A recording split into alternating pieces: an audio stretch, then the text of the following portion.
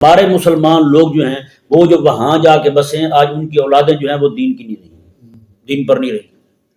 ہمارے ایک دوست ہیں، وہ یہاں پہ مجھے ملنے آئے تھے، امریکہ میں رہتے تھے وہ، اللہ اکبر، آپ حیران ہوں گے۔ کہتے ہیں میں دوائی لینے کے لیے گیا، داڑھی والے ہیں، سفید داڑھی ہے ان کی، اپنے بیٹے کو لے کے، بیمار تھا وہ۔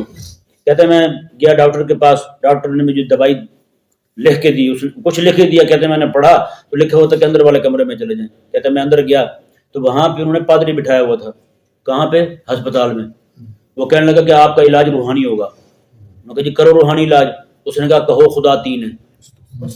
بتائیں، خدا تین ہے، وہ تو تمہیں پیناڈول کی گولی دینے لگے، تمہیں پہلے مشرک بناتے ہیں۔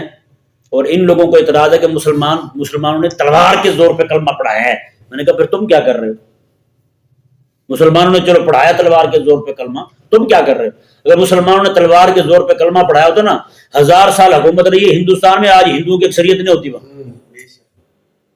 مرتے نہیں ہو، جھوٹ بولتے ہوئے شرم نہیں آتی تمہیں؟